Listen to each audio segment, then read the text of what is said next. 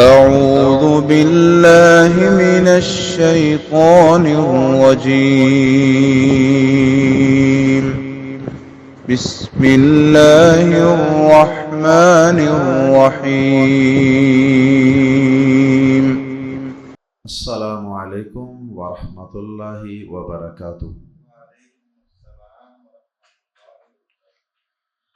سورہ صافات آیت نمبر 62 سے 74۔ ان الحمد للہ والصلاة والسلام علی رسول اللہ اما بعد۔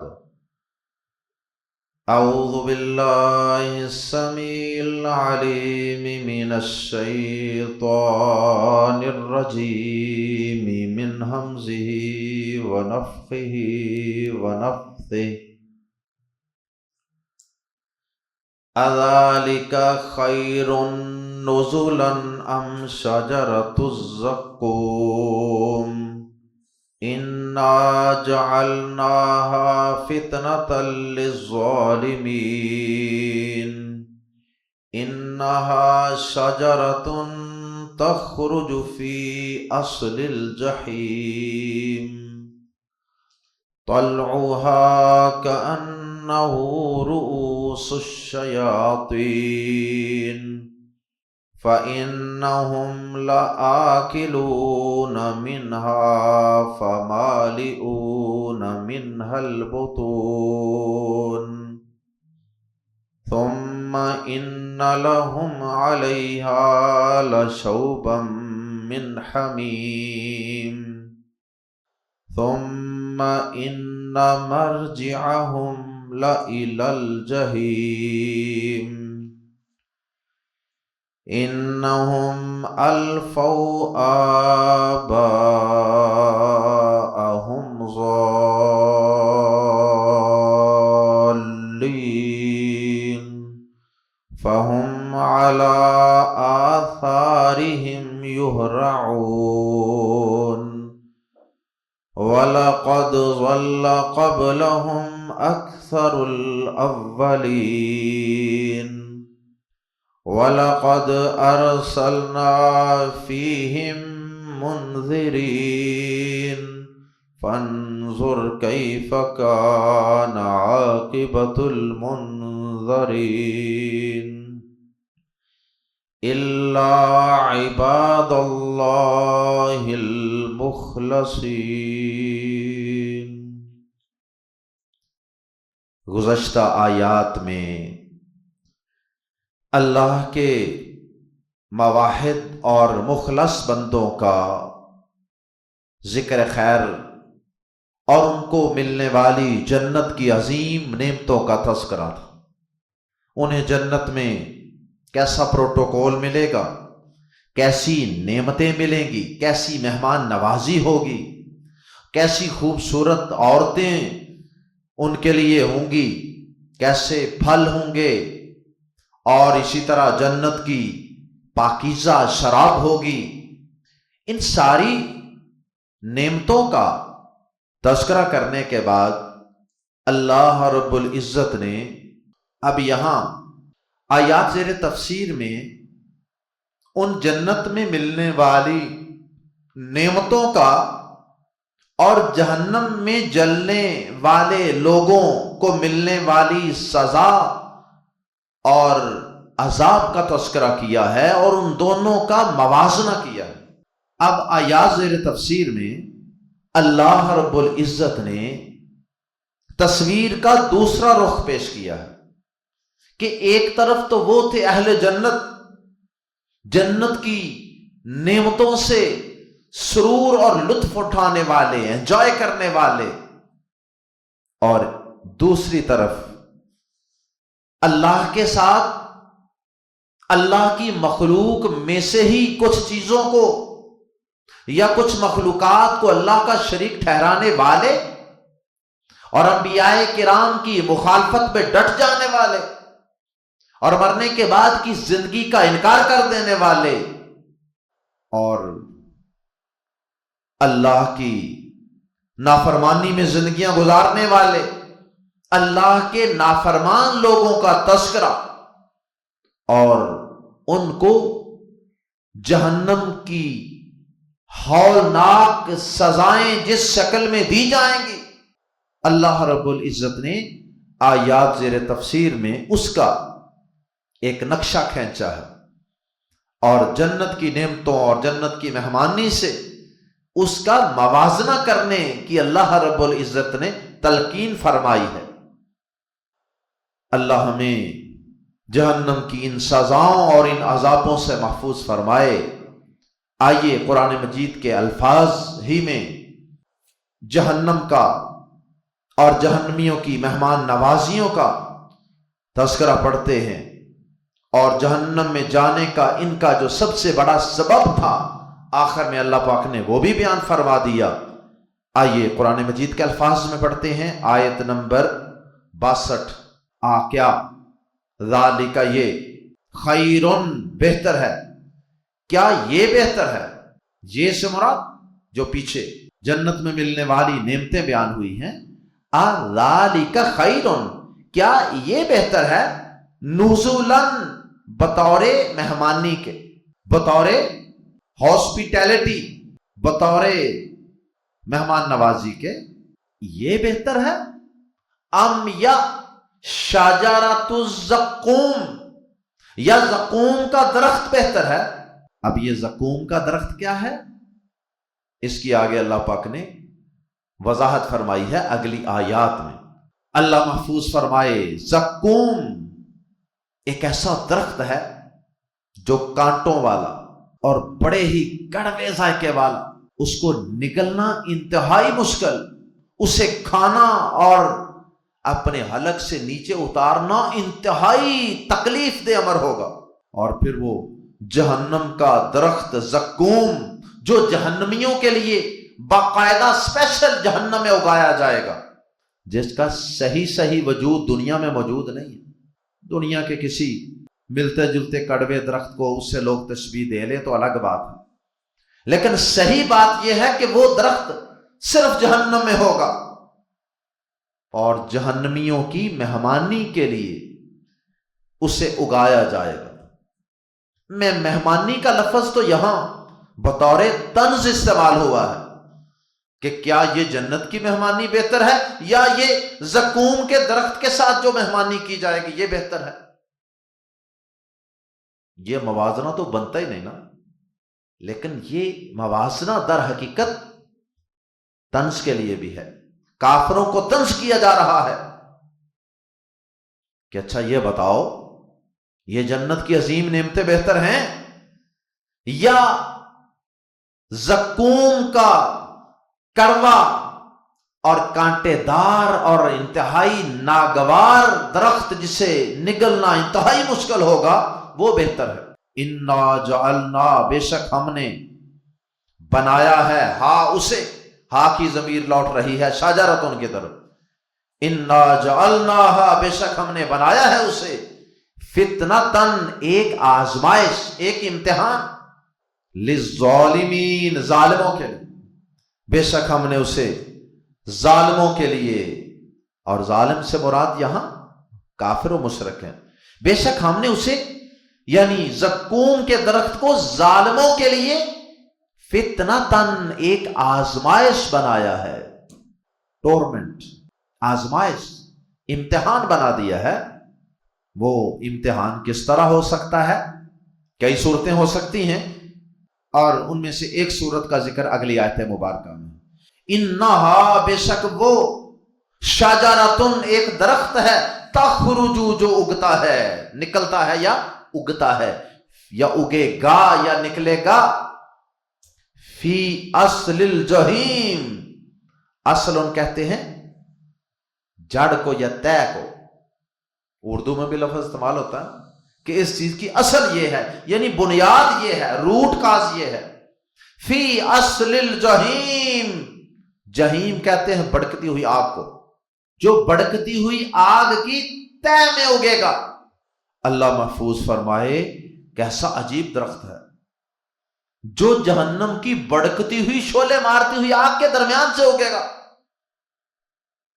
کبھی درخت آگ کے اندر بھی اگے ہیں. آگ تو درختوں کو جلا کے راکھ بنا دیتی ہے، لیکن یہ کیسا عجیب درخت ہے جو جہنمیوں کی مہمانی کے لیے اور ان کے کھانے کے لیے اگایا جائے گا. یہ جہنم کی آگ کے باٹم اور پیندے اور نیچے تہ سے اگے گا. اب یہ بات کافروں کے لیے یقیناً ایک آزمائش ہے نا، وہ امتحان میں پڑ گئے. ایمان والوں کا تو یقین ہے کہ اللہ پاک نے کہہ دیا، نبی پاک نے بتا دیا، تو ہم نے یقین کر لیا کہ واقعی ایسا ہو سکتا. اللہ کے لیے تو کچھ بھی مشکل نہیں ہے نا. لیکن کافروں نے کئی قسم کے اعتراضات کہ جی آگ کے اندر بلا درخت کیسے اگ سکتا ہے. اس طرح وہی درخت ان کافروں کے لیے دنیا میں بھی امتحان بن گیا، اور مرنے کے بعد جہنم میں جا کر تو ان کے لیے وہ عذاب اور امتحان بنے گئی. انہا شجرۃ تخرج فی اصل الجحیم. اور آگے اس درخت کا مزید تعارف کروایا، فرمایا طلع کا معنی خوشہ، طلعوہا اس کے خوشے، اس درخت کے خوشے، ٹہنیوں کے آگے جو سرے ہوتے ہیں جن کے درمیان پھل اگتا ہے اس کو طلعوہا کہتے ہیں. طلعوہا اس کے خوشے ایسے ہیں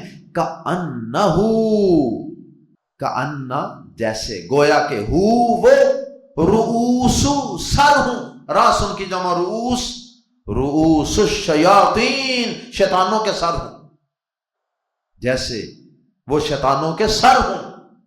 شیطان کی شکل نہ کسی نے دیکھی ہے نہ اس کے سر کو دیکھا ہے. در حقیقت اس درخت کی اور اس کے پھلوں کی بدصورتی کو بیان کرنا مقصود ہے کہ پتہ نہیں وہ کتنا کو بدصورت ہوگا. ہر قسم کی خیر اور بلائی سے وہ محروم درخت ہوگا. انتہائی بری اور مکروہ شکل ہوگی اس درخت کے پھل کی، خوشوں کی. اللہ محفوظ فرمائے فَإِنَّهُمْ، پس بے شک وہ، لفظ پر لا یقیناً، وہ سے مراد جہنمی مشرک کافر، لفظ پر لا یقیناً آکلون کھانے والے ہیں. فائلون کے وزن پہ آکلون کھانے والے ہیں، منہا اس میں سے کھانے والے ہیں. کیا مطلب کہ جب بھوک لگے گی تو بھوک ستائے گی کہ کچھ ملے کھانے کو، تو وہ کھائیں گے اس میں سے، اس زقوم کے کڑوے اور انتہائی بدمزہ درخت کو کھائیں گے جس کا کھانا حلق کے اندر ہی اٹک جائے گا. اللہ محفوظ فرمائے دنیا میں مچھلی کا گوشت کھاتے ہوئے اگر چھوٹا سا ایک کانٹا گلے میں اٹک جائے، اللہ کی قسم ساری رات نیند نہیں آتی انسان کو، چھوٹا سا بالکل. اور یہ کیسا زقوم کا درخت ہوگا، کانٹوں والا، انتہائی بدصورت، شیطان کے سروں جیسے خوشوں والا، انتہائی بدصورت ڈراؤنی شکل اور انتہائی بد ذائقہ. فَإِنَّهُمْ لَآكِلُونَ مِنْهَا، پس بے شک وہ یقیناً اس میں سے کھانے والے ہیں. فَمَالِئُونَ، فا پھر مالئون، مالا یملؤ کا معنی ہوتا ہے بھرنا، فل کرنا، تو اس سے اسم الفاعل ہے مالئون اور اس کی جمع مالئون. مالئون بھرنے والے ہیں، فمالئون پھر وہ بھرنے والے ہیں، منہا اس درخت سے، البطون پیٹوں کو، پھر وہ اپنے پیٹوں کو اسی درخت سے بھرنے والے. اللہ محفوظ فرمائے قرآن مجید میں سورہ مزمل، سورہ غاشیہ میں بھی اس کا ذکر ہے. جیسے سورہ غاشیہ میں اللہ پاک نے فرمایا لیس لہم طعام الا من ضریع، ان کو کانٹے دار کھانا دیا جائے گا.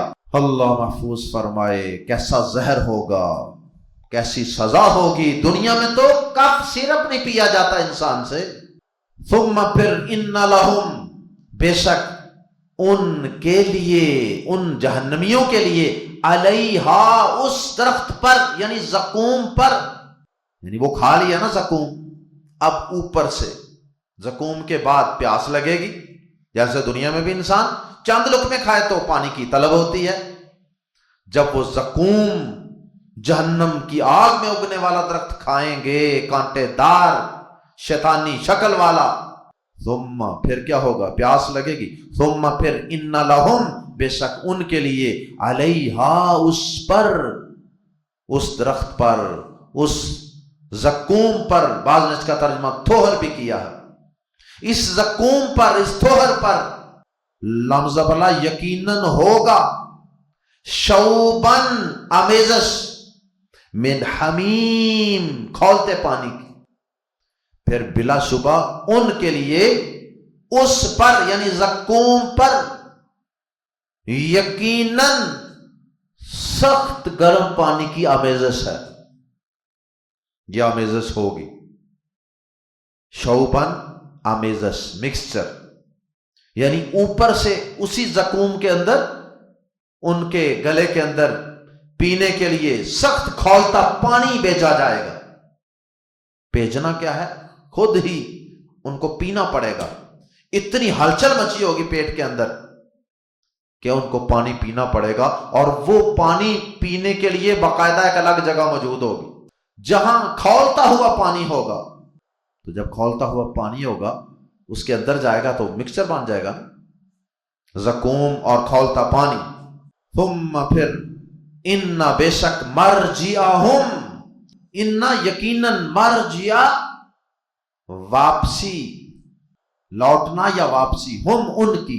لمزہ پر لا یقیناً، الی طرف الجحیم بڑکتی ہوئی آگ کی، پھر بلا شبہ ان کی واپسی یقیناً اسی بڑکتی ہوئی آگ کی طرف ہوگی۔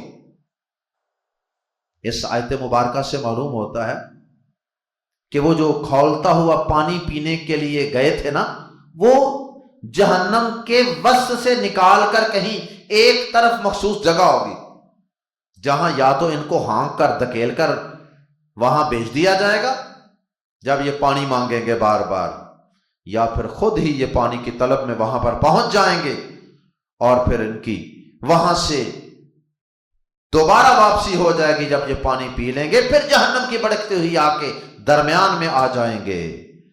اللہم لا تجعلنا منهم، اللہم اجرنا من النار، اللہم اجرنا من النار،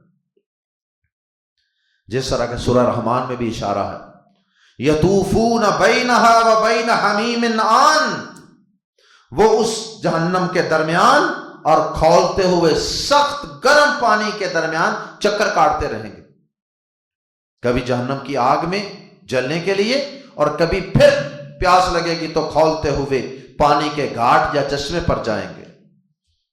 استغفر اللہ استغفر اللہ، لا حول ولا قوت الا باللہ، انہم بے شک انہوں نے، اب ان کا جرم کیا تھا، قصور کیا تھا، انہم بے شک انہوں نے، الفو پایا، آباہم اپنے باپ دادا کو، الفو پانا، الفینا بھی آتا ہے قرآن مجید، انہم الفو بے شک انہوں نے پایا، دے فاؤنڈ، آباہم اپنے باپ دادا کو، ضالین گمراہ، یہ ہے اصل سبب، انہوں نے اپنے باپ دادا کو گمراہ پایا، فہم تو وہ، علی آثارہم ان کے قدموں کے نشانات پر، اثر کی جمع آثار، قدم جب زمین پہ رکھ کے چلا جاتا ہے تو جو قدموں کے نشانات ہوتے ہیں ان کو آثار کہتے ہیں،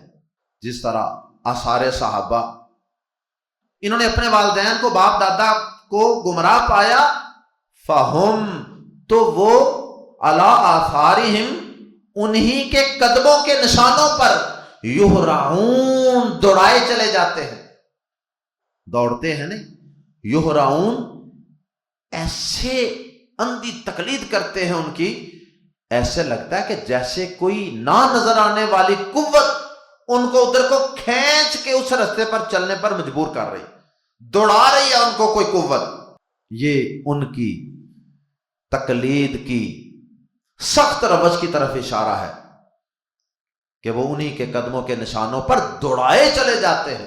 یہرعون فعل مضارع مجہول ہے. وَلَقَدْ اور بلا شبہ یقیناً ضل گمراہ ہو گئے قبلہم ان سے پہلے اکثر زیادہ تر الاولین اگلے لوگوں میں سے پہلے لوگوں میں سے. وَلَقَدْ ضل قبلہم اکثر الاولین اور بلا شبہ یقیناً ان سے پہلے اگلے لوگوں میں سے زیادہ تر گمراہ ہو گئے. یہ ایمان والوں کو تسلی بھی دی جا رہی ہے. پیارے نبی صلی اللہ علیہ وسلم کو بھی تسلی دی جا رہی ہے. آپ کیوں گھبراتے ہیں؟ کیوں پریشان ہوتے ہیں مکہ کے کافروں کے ایمان نہ لانے سے، ان کے گمراہ ہونے سے، ان کے باپ دادا کی اندھی تقلید اور روش پر قائم رہنے سے؟ فرمایا کہ ان سے پہلے بھی بڑے لوگ ایسے ہی باپ دادا کے رستے پر ہی چلتے رہے اور گمراہ ہوتے رہے. اور فرمایا وَلَقَدْ اور بلا شبہ یقیناً ارسلنا ہم نے بھیجے فیہم ان میں منذرین کئی ڈرانے والے.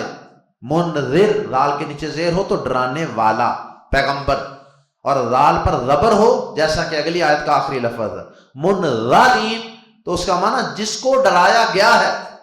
زیر ہو تو اسم الفاعل ڈرانے والے، اور زبر ہو تو اسم المفعول جنہیں ڈرایا گیا ہے.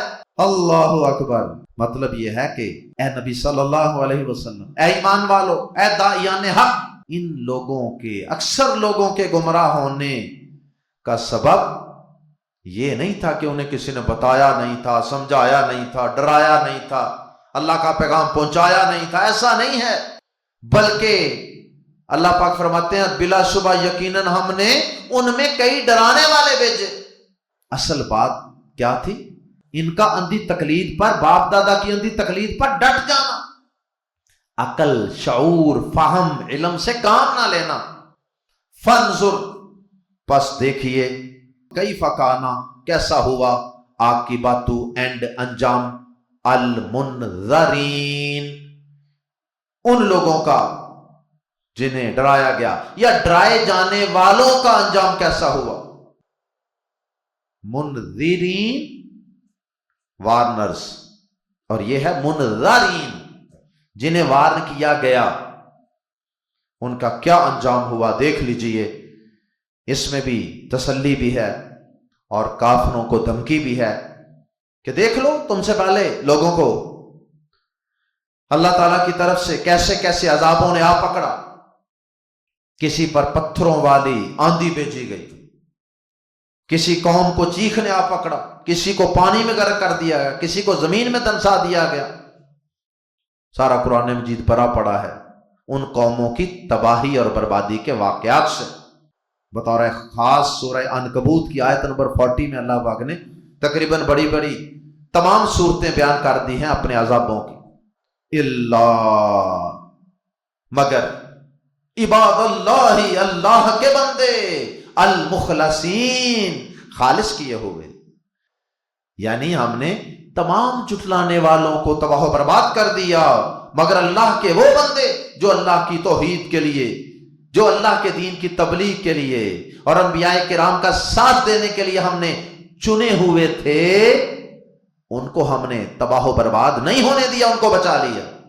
اور پھر آگے اللہ پاک نے چند اپنے ایسے مخلص خالص کیے ہوئے بندوں کا اور انبیاء کرام کا اور ان کے فالورز کا ذکر کیا ہے جو اللہ کے خالص کیے ہوئے بندے تھے، جنہیں مختلف موقعوں پہ اللہ پاک نے بچا لیا. ان کا تذکرہ انشاءاللہ پڑھیں گے آئندہ. سبحانک اللہم و بحمدک اشہد ان لا الہ الا انت استغفرک و اتوب الیک.